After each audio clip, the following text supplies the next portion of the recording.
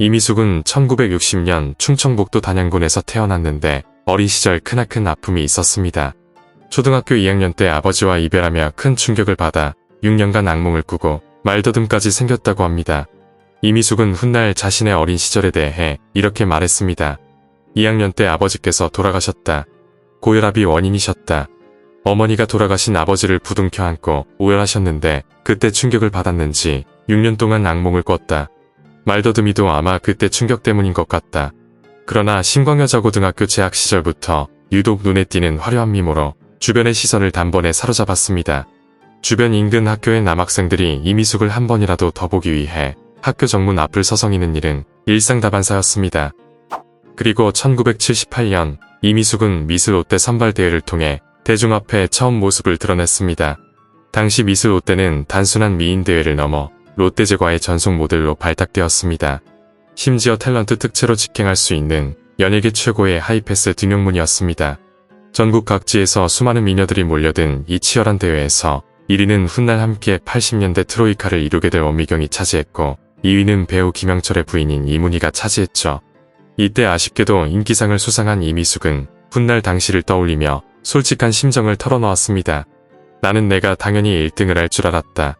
원미경 씨는 그때 당시의 화장을 너무 진하게 마치 선녀 공주처럼 하고 왔다.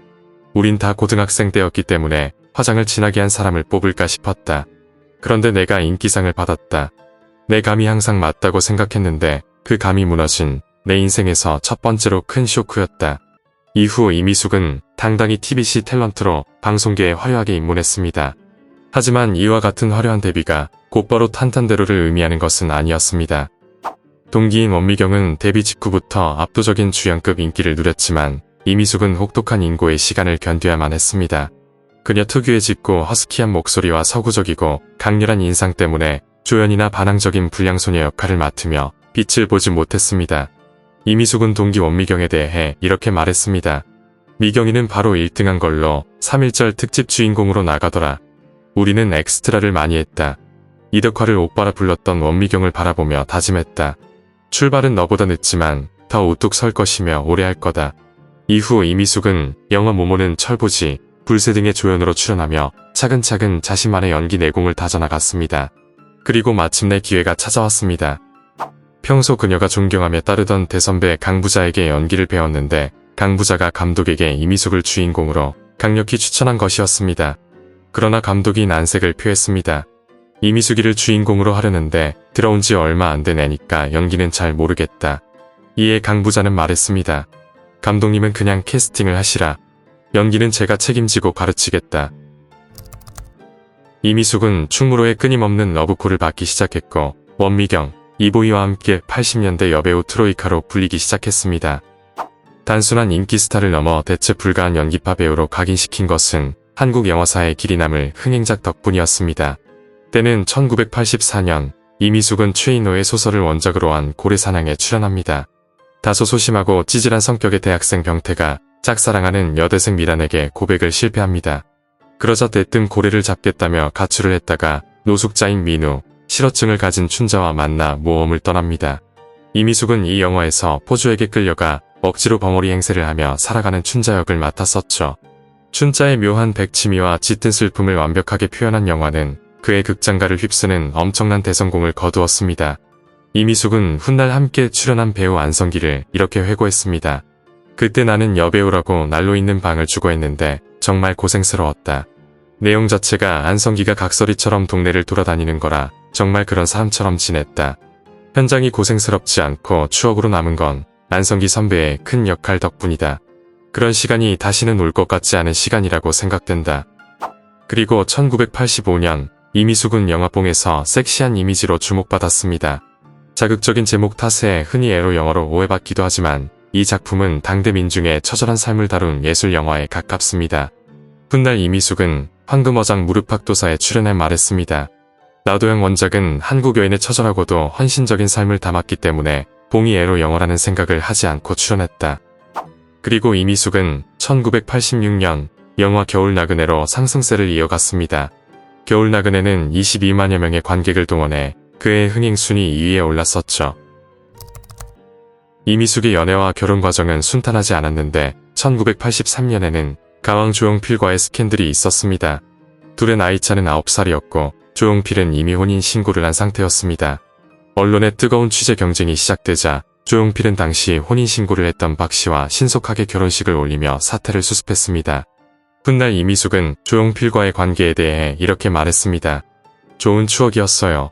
제 가슴에 묻을 만한 20대의 제일 좋은 추억이었죠. 그리고 조용필 스캔들이 마무리된 지 2년 만에 소설가 최인호와의 스캔들이 발생합니다. 당시 최인호는 41세의 유부남이었고 이미숙은 26살이었습니다. 최인호는 자신의 소설이 영화 고래사냥으로 만들어질 때 영화 작업에도 깊숙이 관여하며 주연 배우였던 이미숙과 자연스럽게 가까워졌다고 알려졌습니다. 스캔들이 터지자 이미숙은 즉각 관계를 전면 부인했습니다. 나는 독자이자 배우로서 최인호 씨를 좋아하고 있고 그분도 나를 연기자로서 아끼고 좋아할 뿐이다. 둘이 같이 홍콩에 간 건 순전한 비즈니스 목적이었으며 영화사 상무도 함께 동행했다. 반면 최인호는 이미 끝난 일이다. 집사람에게도 모든 것을 다 털어놨다라며 상반된 뉘앙스의 반응을 보여 대중의 의구심을 자아내기도 했습니다. 그리고 1987년 이미숙은 성형외과 전문의 홍성호 박사와 결혼을 발표합니다. 그런데 배우 임지연이 충격적인 폭로를 터뜨렸습니다. 그들의 결혼 발표를 믿을 수 없다.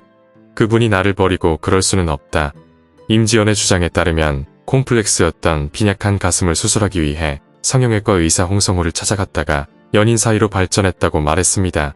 당시 홍성호 원장은 1970년 이미 한 차례 결혼을 해 애까지 있던 차였지만 진지하게 관계를 발전시켰습니다. 그런데 갑자기 이미숙과 홍성호가 결혼을 발표했다는 것이었죠. 참고로 홍 원장의 친동생 역시 여배우 이은성과 결혼한 치과의사 홍지호입니다. 그리고 이미숙은 결혼 이후 가정에 충실하며 두 아이의 엄마로 조용히 살아갔습니다. 그녀는 1998년 이재용 감독의 영화 정사로 무려 10여 년 만에 스크린에 화려하게 복귀했습니다. 이후 스캔들 조선남여상열지사에서 여부조씨 부인 역을 맡아 세련되고 고혹적인 자태를 뽐냈습니다. 하지만 그녀의 결혼 생활은 2007년 결국 20년 만에 파경을 맞게 되었습니다.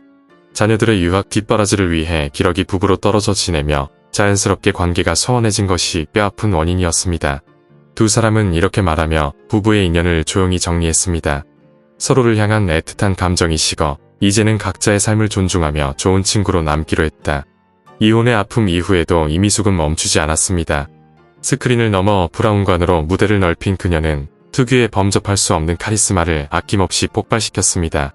수많은 작품에서 당당하고 세련된 전문직 여성이나 기가 센 어머니 역할을 압도적으로 소화해내며 수많은 후배 연기자들의 완벽한 롤모델로 굳건히 우뚝 서 있습니다. 오늘 이야기는 여기까지입니다. 재밌게 보셨다면 구독과 좋아요 부탁드립니다. 지금까지 길비디오였습니다.